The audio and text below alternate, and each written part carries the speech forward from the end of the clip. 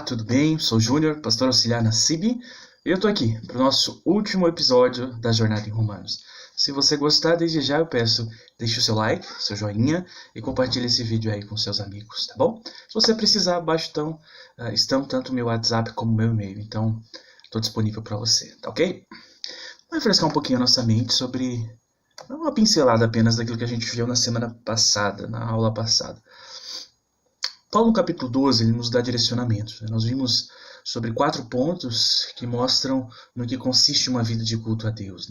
Ele nos insta a fazer isso. A gente viu que uma vida de culto a Deus consiste em renovar a nossa mente, consiste em servir ao Senhor, ao contrário daquele sentimento de ser visto. O que pauta o culto a Deus é o serviço, porque o culto é Ele e nenhuma hipótese a nós. A gente falou sobre a solicitude, alguém que está sempre solícito ao Senhor, solícito aos irmãos, e a gente falou sobre mansidão. Uma vida de culto a Deus consiste nesses aspectos.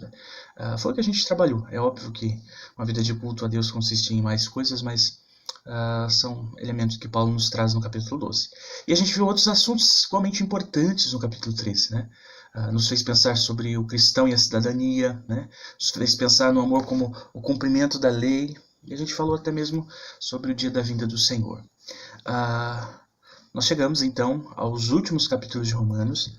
Hoje a gente vai correr, tá bem? Vamos do capítulo 14 até o 16. A gente chegou ao fim desse livro hoje.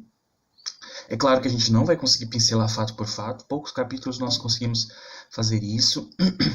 Mas eu acho que a gente vai conseguir ter uma visão macro desse fim de Romanos, tá bom?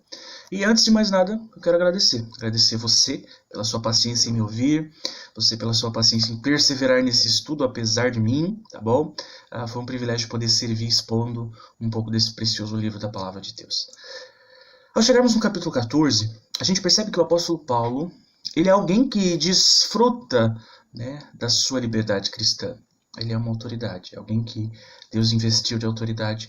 E ele usa a sua liberdade cristã com responsabilidade. Tá? Ele sempre agiu com responsabilidade. Ele nunca fez isso no sentido de ser conivente com qualquer padrão que não seja o bíblico. Lá em Coríntios, Paulo fala um verso muito interessante que muita gente usa erroneamente. Era Coríntios 9:22, diz: "Fiz-me fraco para com os fracos, a fim de ganhar os fracos. Fiz-me tudo para com todos, a fim de por todos salvar alguns. De por todos os modos salvar alguns."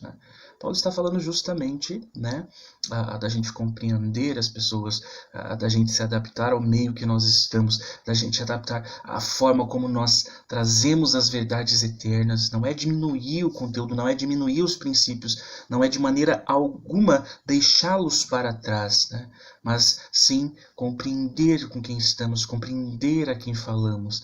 Isso é essencial à vida cristã. Paulo sabia que muitos cristãos não eram como ele. Por isso na carta aos Romanos, ele exige, no capítulo 14 nós veremos muito sobre isso, que os fracos fossem tratados com cuidado, paciência e sabedoria pelos irmãos que são mais fortes, pelos irmãos que são maduros na fé. Romanos 14 e boa parte do 15 tem seu foco voltado para 2 grupos presentes na comunidade de Roma. 2 grupos presentes lá naquela comunidade, mas 2 grupos também que sempre estão presentes também na comunidade cristã nos dias de hoje. Estão presentes em nosso meio. Paulo os chama de fracos e fortes. Quem são os fracos? No Novo Testamento a palavra fraco foi usada cerca de 40 vezes. O seu uso geralmente é feito para demonstrar doentes físicos. Então, não é exagero a gente dizer que Paulo está tratando um tipo de fé que é doente e que, portanto, carecia de cuidado por parte da igreja. Nem todos evoluem na fé igualmente. Alguns, por não desempenharem o exercício da piedade, a disciplina da piedade, aquilo que Paulo pede a Timóteo, ou a Tito, se eu não me engano, acabam ficando fracos na fé. Isso não está relacionado com o tempo de cristianismo. Eu sou crente há tantos anos, por isso sou maduro ou fraco. Não, está linkado diretamente algo que te faz forte, né? Se a palavra de Deus habita ricamente em você, né? Se sua vida íntima com o Senhor é forte, obviamente você será um crente forte. Mas se ao contrário disso, né, é o verdadeiro, então você é um crente fraco. E aí Paulo nos fala acerca disso, né? Fala sobre esses grupos. Então, o crente fraco, a pessoa fraca que Paulo retrata aqui, é uma pessoa que tem um tipo de fé que carece de cuidados, que a igreja precisa olhar com um pouquinho mais de atenção. Stott propõe 4 possibilidades sobre quem seriam os fracos retratados por Paulo ali em Roma. Ele fala sobre um grupo dos ex-idólatras, né? Eram gente recém-convertida do paganismo, vieram do paganismo a Cristo. Era um grupo parecido àquilo que Paulo menciona lá em 1 Coríntios 8. Indivíduos que, mesmo resgatados da idolatria, por dúvidas na sua consciência, eles sentiam-se impedidos de, por exemplo, comer carne, que antes de ser vendidas no açougue local, elas eram dedicadas aos ídolos, né? Então, eles olhavam para a carne e eles pensavam naquilo que era feito antes, né? É interessante, algumas pessoas até os dias de hoje pensam dessa forma, né? Se a gente for parar para pensar, né? Da onde que vem esse café que eu estou preparando, né? Quem era o dono? O que ele fez antes de moar esse café, antes de secar na colheita? Ele ofertou algum deus, alguma coisa semelhante, né? Então, essas pessoas ficavam com dor na consciência e não faziam, não consumiam. E isso era um problema para elas. Existiam também os ascetas, né? Esse povo era adepto do ascetismo. Eram pessoas que exercitavam a disciplina do autocontrole do corpo, né? Considerando que isso era algo imprescindível para se chegar a Deus. Havia as ascetas na igreja de Roma, né? Então, o que explica porque eles se abstinham do vinho e da carne. Então, é o rigor consigo mesmo, né? O rigor com a sua prática de vida, com o que come, com o que faz, né? A gente não está dizendo em momento algum que a gente não deva ter esse cuidado com o corpo, tá? O grande problema do asceta é que isso para ele é imprescindível para se chegar a Deus, né? E a gente vai ver até mesmo o apóstolo Paulo, né, dizendo que o exercício para pouco aproveito, né? Não é que Paulo queria que todos fôssemos gordinhos, né? Mas a intenção de Paulo ao dizer isso é que nós, fundamentalmente, não estamos linkados à saúde corporal, né? A saúde espiritual não depende unicamente, exclusivamente da saúde do nosso corpo físico. Se fosse assim, pessoas doentes, acamadas, nunca poderiam se relacionar com Deus.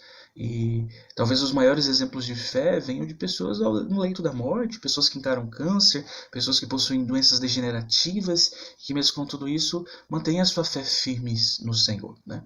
Não é dizer que o hábito e a prática de coisas boas seja ruim. Isso é bom e inclusive nos ajuda em muitas coisas, tá? Mas isso não é o essencial. Isso não é imprescindível para se chegar a Deus.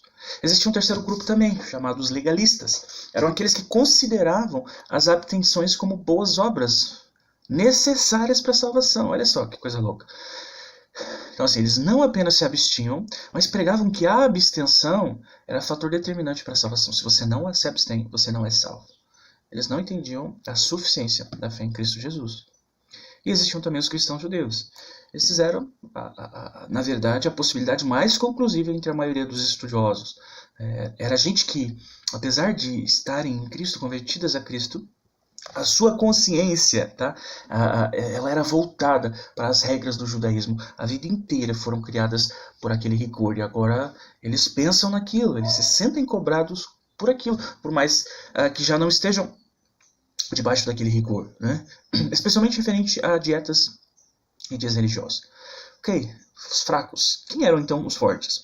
A palavra grega aqui para fortes é dinatos, que significa alma forte, capaz de suportar calamidades com coragem, paciência, né? Gente firme nas virtudes cristãs, né? Isso indica um cristão maduro na fé.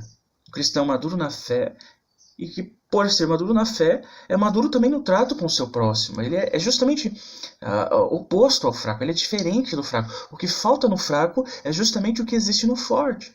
Olha essa frase de Stott que interessante. O que falta ao fraco não é força de vontade, mas liberdade de consciência. Se fosse assim, os ascetas não seriam gente fraca na fé, né? Eles são rígidos, são, né, severos em seus comportamentos, né? Mas o que a gente está falando aqui é sobre liberdade de consciência. Bom, a gente já qualificou esses grupos que Paulo nos apresenta. Vamos agora a 7 princípios, tá? 7 princípios e aspectos presentes naquela comunidade que representam de igual modo o que acontece também entre nós hoje, entre os crentes hoje. Primeiro deles, Romanos 14, 1 e 2. Se você não está com a Bíblia aberta, abra lá. Romanos 14. Os versos 1 e 2 diz o seguinte: acolham quem é fraco na fé.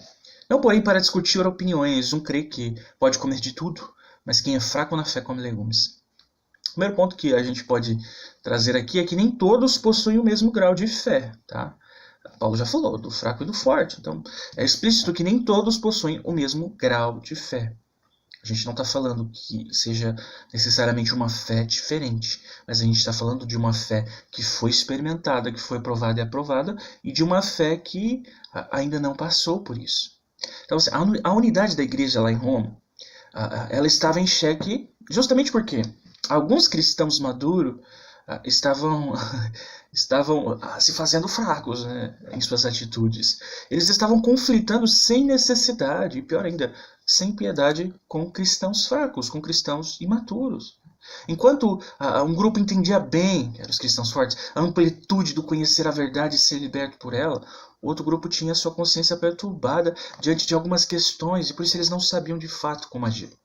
Convicto de que os crentes maduros, os crentes fortes, entenderiam melhor esse dilema, Paulo então cobra eles e os direciona a 2 conselhos práticos em relação aos imaturos. O primeiro deles: acolhei o débil na fé.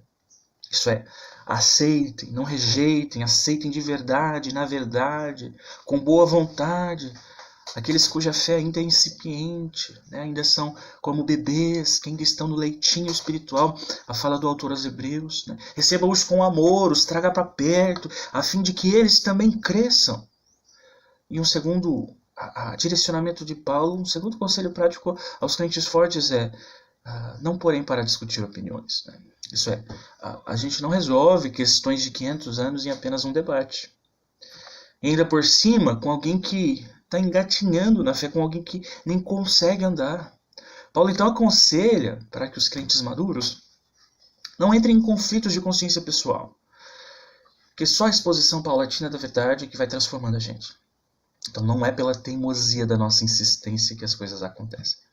Esse é um segundo ponto. Romanos 14, do 3 ao 4, depois lá do 10 ao 12 a gente vai ter a mesma compreensão. Eu vou ficar aqui no 3 e o 4 apenas.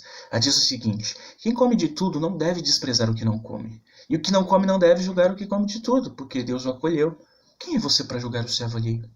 Para o seu próprio dono é que ele está em pé ou cai, mas ficará em pé porque o Senhor é poderoso para o manter em pé. O segundo ponto que a gente pode tratar aqui, e a gente vê aqui, é que o cristão ele não deve ser o juiz do seu irmão. Isso é óbvio, né? Ele não é um juiz. E a gente precisa também deixar claro uma outra questão, que é um outro extremo. Né? E isso aqui que a gente está falando não é sobre também uma vida, tipo, a vida é minha, ninguém tem nada com isso. Tá? A gente não está falando sobre a ausência de disciplina bíblica, tá? Que biblicamente deve ser exercida e praticada pela igreja. Tá bom? Isso é sobre julgar aquilo que a gente não consegue julgar. Tá? Isso é sobre não julgar aquilo que a gente não tem capacidade para julgar. Isso é, a consciência do próximo. Eu posso julgar um irmão, não só posso, como devo, a Bíblia me orienta a isso, julgar um irmão que está em pecado descarado na minha frente. Eu devo chegar diante dele e repreendê-lo, sim. Tá bom? Isso é vida cristã. Agora, eu não posso julgar a consciência de alguém porque eu não conheço a consciência dele. Às vezes a pessoa age de um determinado modo que a gente recrimina, mas a gente não conhece o seu pensamento. E eu não estou falando de coisas visivelmente pecaminosas. Às vezes atitudes que nos parecem estranhas, mas que biblicamente não ferem os princípios do Senhor. Tá?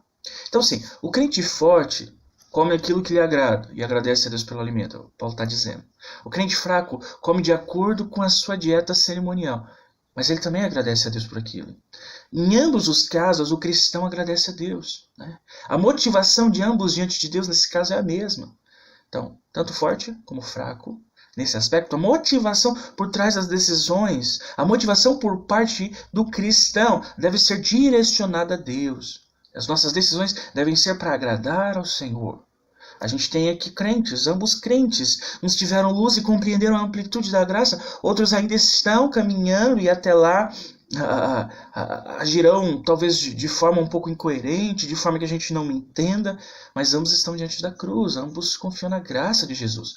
Então não é sobre crer ou não crer, mas sobre ter ou não maturidade na caminhada da fé. E aqui também vale os conselhos anteriores que Paulo deu aos fortes. E aí a gente chega nos versos 5 e 6 do capítulo 14, que nos faz compreender que as pessoas têm as suas convicções. Olha só o que ele vai dizer, versos 5 e 6 do capítulo 14. Alguns pensam que certos dias são mais importantes do que os demais, mas outros pensam que todos os dias são iguais. Cada um tem opinião bem definida em sua própria mente. Quem pensa que certos dias são mais importantes faz isso para o Senhor. Quem come de tudo faz isso para o Senhor porque dá graças a Deus. E quem não come de tudo é para o Senhor que não come e dá graças a Deus. Se antes Paulo usou o alimento para falar sobre consciência cristã, agora ele reforça isso usando a diferença entre dias. Isso é, o crente judeu fraco na fé se preocupava em guardar o sábado e dias especiais que estavam ligados à lei e aos costumes judaicos. Para você que se perguntou por que a gente guarda domingo, eu vou deixar aqui embaixo da descrição um videozinho bem curto, resumidinho, que explica por que a gente faz isso, tá bom? O cristão gentil, fraco na fé, ele buscava distanciamento de qualquer dia de festividade associado ao paganismo. Então, não, isso é uma data pagã e eu não tenho nada a ver com isso, né? Existe uma porção de crentes também hoje que não comemoram o Natal porque dizem ser pagão e etc. E tal. Mas o cristão maduro, ele compreendia o ensino apostólico proferido aos crentes lá da Galácia. Lá em Gálatas 4, versos 8, 9 e 10 diz o seguinte: Mas no passado, quando não conheciam a Deus, vocês eram escravos de deuses que por natureza não são deuses. Mas agora que vocês conhecem a Deus, ou melhor, agora que vocês são conhecidos por Deus, como é que estão voltando outra vez aos rudimentos fracos e pobres, aos quais de novo querem servir como escravos? Vocês guardam dias, meses, tempos e anos. Paulo argumenta no verso 5 aqui de Romanos 14 que cada um deve ter uma opinião bem formada. Ele não está com isso apoiando tradições irrefletidas. Tá? Ele não está apoiando talvez o débil, o fraco na fé, a permanecer na sua debilidade, na sua fraqueza. O pressuposto de Paulo é que cada um deve refletir na questão antes de se chegar à sua conclusão. E essa conclusão, ela deve ser fruto de uma mente cativa a Cristo. Isso é, eu faço para honrar ao Senhor. Minha intenção com isso é agradar a Deus. Certo? Então, cada pessoa tem as suas convicções, mas essas convicções precisam ser cativas ao Senhor. Lá no verso 13 do capítulo 14, ele diz o seguinte: portanto, deixemos de julgar uns aos outros. Pelo contrário, tomem a decisão de não pôr tropeço ou escândalo diante do irmão. E o quarto ponto que a gente pode perceber aqui que Paulo trabalha é que o cristão não deve ser pedra de tropeço para ninguém. Olha o que ele diz lá no verso 15 e 16 do capítulo 14. Se o seu irmão ficar triste por causa do que você come, você já não anda segundo o amor. Olha. Não faça perecer por causa daquilo que você come aquele por quem Cristo morreu. Olha que coisa profunda, gente. Não seja, pois, difamado aquilo que vocês consideram bom. Olha o verso 21. É bom não comer carne, nem beber vinho, nem fazer qualquer outra coisa que leve um irmão a tropeçar. Esse é um ponto, meus irmãos, que na minha opinião facilmente nós tropeçamos, porque a gente não dá muita atenção. O que Paulo escreve não é um convite à hipocrisia, como alguns julgam. Na verdade, isso é um apelo à caridade cristã, um amor cristão. Se algo é tropeço na vida do meu próximo, por que eu não posso deixar de lado? Por que eu não posso descartar isso, se eu não preciso disso? Ao mesmo tempo, também, Paulo exorta os fracos na fé a não criticar o forte, né? Porque é impossível que a gente viva o tempo todo simplesmente pensando nos fracos na fé. Às vezes nós vamos ser achados em alguma condição em que os fracos na fé olharão e falam: nossa, mas fulano faz isso, né? Nossa, mas fulano não veste calça e roupa social sempre que vai ao culto. Então, assim, algumas questões assim são escândalos para crentes novos e por isso Paulo está dizendo que o crente fraco não deve criticar o forte, né? Porque ele não tem esse direito, ele precisa crescer também. No entanto, Paulo sempre cobra mais do mais forte. Paulo cobra do forte que ele se mantenha em sua posição de maturidade espiritual. Aquela ideia, né, no que depender de vós, né, tem de paz. Né? Então, você que é forte, você que é maduro, use da sua maturidade espiritual. Mostre que você é maduro espiritualmente falando. E não seja um mero apontador de defeitos de quem é fraco. O ponto central é: ninguém deve ser pedra de tropeço na vida de ninguém. Nós devemos constantemente sondar os nossos atos para ver se os nossos atos não estão causando tropeço na vida de alguém. Talvez o modo de falar, talvez as nossas atitudes, talvez a forma que a gente trata os outros, talvez a forma que a gente leva a nossa vida cristã, que a gente lida e trata com a nossa família. Não faz mal, meus irmãos, sondar o coração. Na verdade, nós precisamos constantemente sondar os nossos atos. Porque a liberdade cristã ela não pode ser usada para prejudicar o nosso próximo. Por exemplo, o esposo ele tem direito e a liberdade de dormir com a janela do quarto aberta. Se ele quer aproveitar a brisa da noite, eu faço isso em casa. Mas se isso incomoda a minha esposa, será que eu tenho que insistir nisso? Não. A Bíblia, ela me incentiva ao quê? Abrir mão desse meu benefício em troca do conforto e da segurança da minha esposa, porque é minha esposa, porque é uma irmã em Cristo. E isso deve ser feito também com os irmãos em Cristo. Já pensou quantas dificuldades a gente não venceria se a gente não falhasse tanto? Por isso que eu disse, é algo que a gente falha muito. Né? Nenhuma das nossas ações vale mais do que o bem-estar do povo de Deus. Por isso, elas precisam ser voltadas e pensadas em prol disso.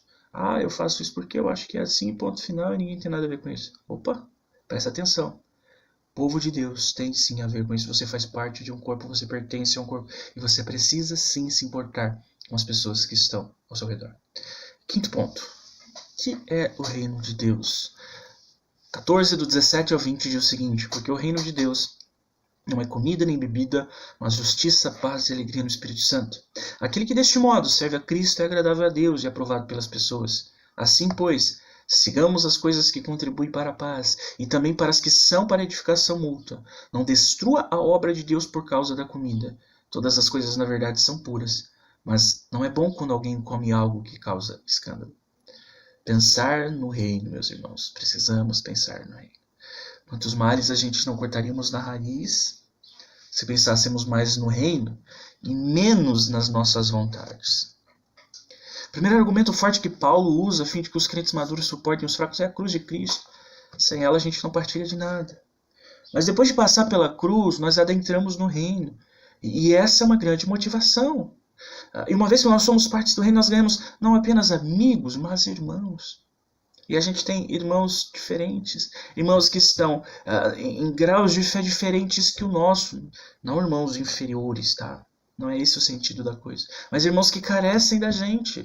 Nós somos partes do mesmo reino. A nossa função é fazer a vontade do nosso rei, é prestar-lhe honra, é dar-lhe o louvor devido. Mas não somente, irmãos. Nós devemos ajudar para que outros no reino assim o façam também. Uma casa dividida não subsiste. Uma igreja dividida, ela não é edificada. Uma igreja não consegue se edificar isoladamente. Você não é crente sozinho. O Espírito não habita em você individualmente. Guarda isso. A edificação ocorre através do todo. Por isso a gente não pode permitir que questões pessoais, caprichos, desejos fúteis da nossa parte venham afetar a obra de Deus. Venham causar escândalo. Algo que é bom para nós pode ser um obstáculo para os outros. Por isso a gente precisa refletir bastante sobre isso. E a gente chega no verso 14, o capítulo 14, o verso 22 também traz a mesma ideia, mas o verso 14 diz o seguinte: eu sei e estou persuadido no Senhor Jesus, de que nada é impuro em si mesmo, a não ser para aquele que pensa que alguma coisa é impura, para esse é impura. O sexto aspecto que a gente vê aqui é que a pureza ou impureza, ela é algo que está na consciência. Paulo não está falando aqui do padrão de santidade absoluto de Deus.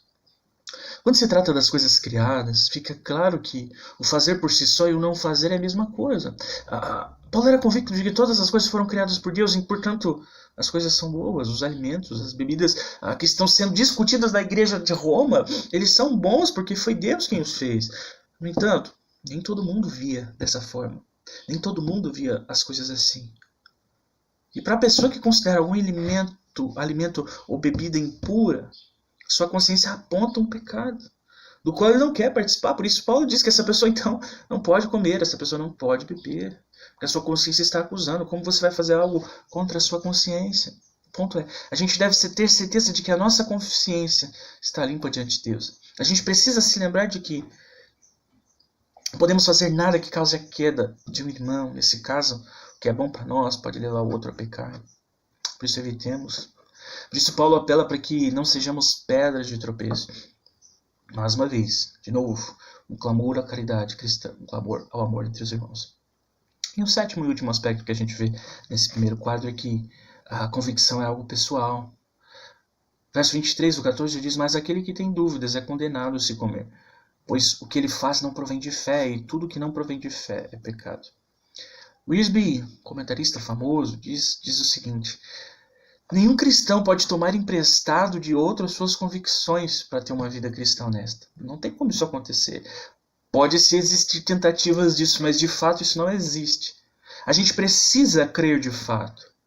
O crente que não tem certeza de que está fazendo a coisa certa, ele está pecando.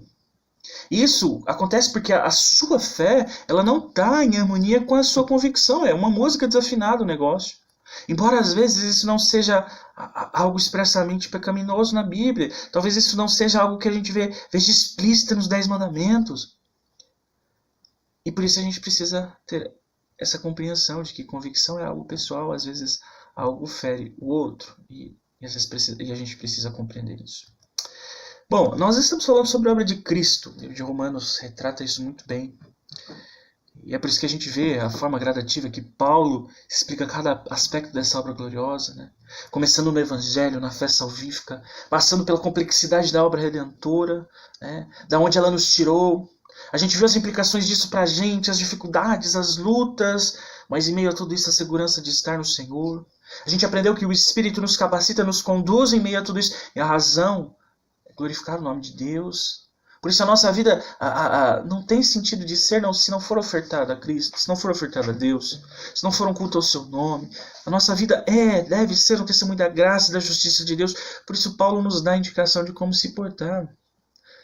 Seja na sociedade, seja dentro da igreja com os irmãos. A gente chega ao capítulo 15, se alguém ainda tem dúvidas de que esse realmente é o caminho da piedade, eu espero que aqui isso seja resolvido. É como a tacada final de Paulo, é a cereja do bolo, é para coroar o pensamento dele. Paulo já levou a gente a pensar na obra redentora de Cristo que ele operou em nós. Agora ele chama a gente, ei, preste atenção, agora observem, olhem o exemplo sublime e supremo do Senhor Jesus. Se lhe resta desconfiança quanto ao fato de que o seu comportamento cristão está ligado à forma como que você lida com os irmãos, veja como exemplo de Cristo nos constrange em relação a isso. Cristo, nosso exemplo supremo de amor.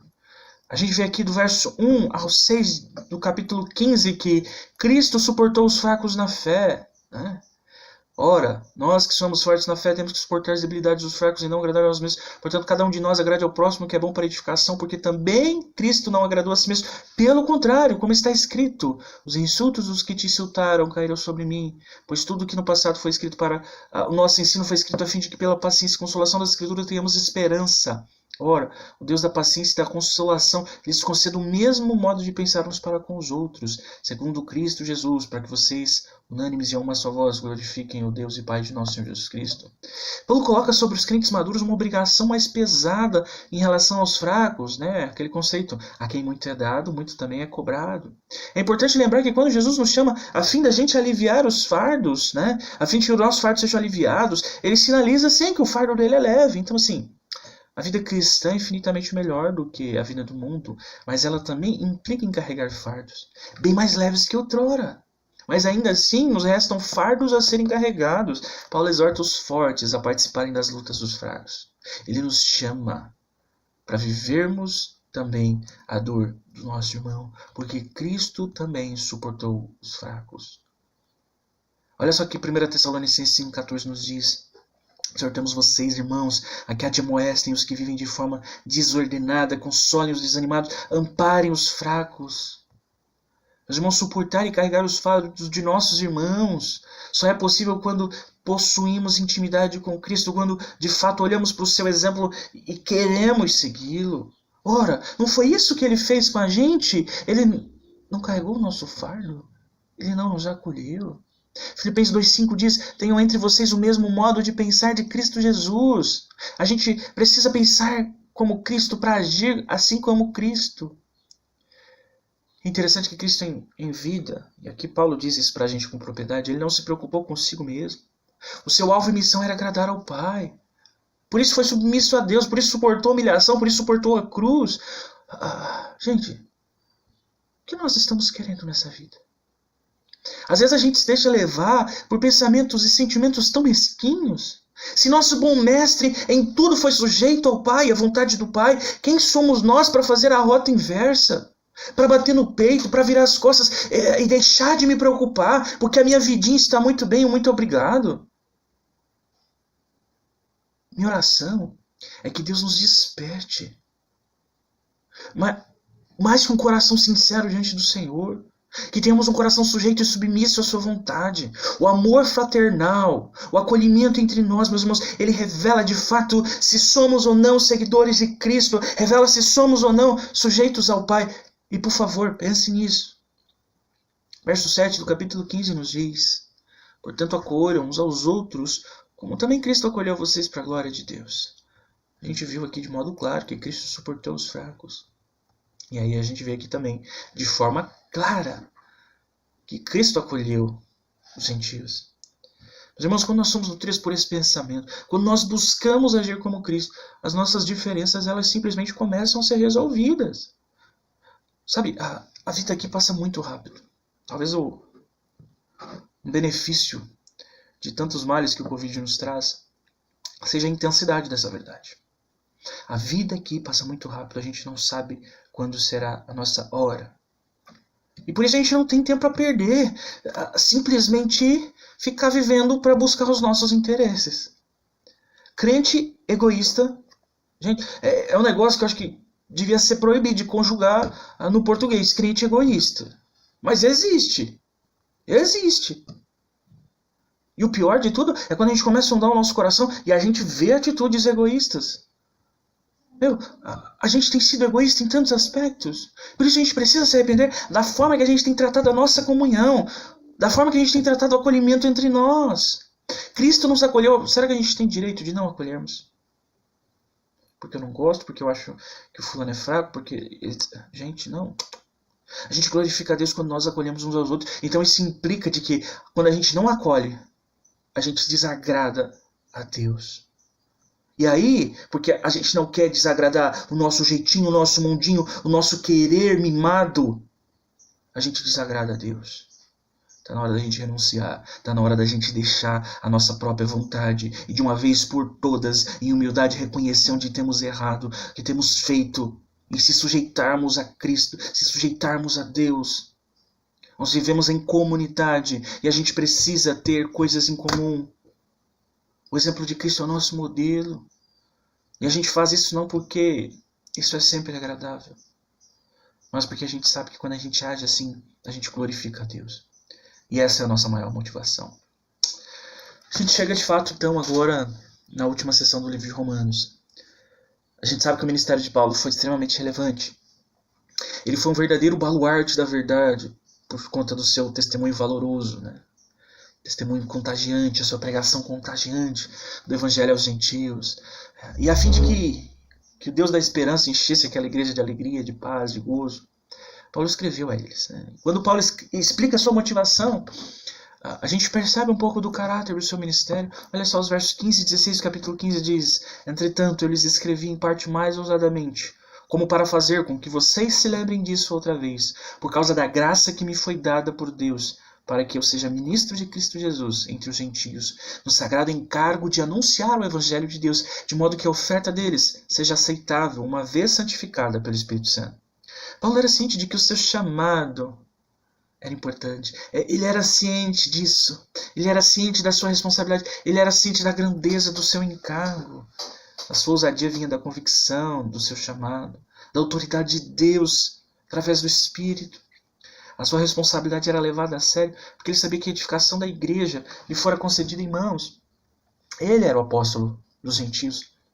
Verso 18 a 20, ele diz o seguinte: porque não ousarei falar coisa alguma, a não ser sobre aquelas que Cristo fez por mim.